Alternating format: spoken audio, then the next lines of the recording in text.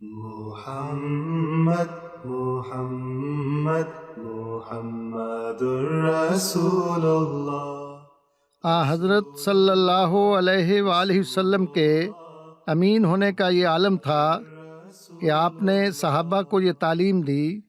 آپ نے فرمایا اگر کوئی گری پڑی چیز مل جائے اور اس کا کوئی مالک نہ ہو تو تم اس کو اٹھا لو، مگر اس کی اس قدر حفاظت کرو، فرمایا 1 سال تک اس کا اعلان کرتے رہو اور لوگوں کو اس کا حلیہ بتاتے رہو۔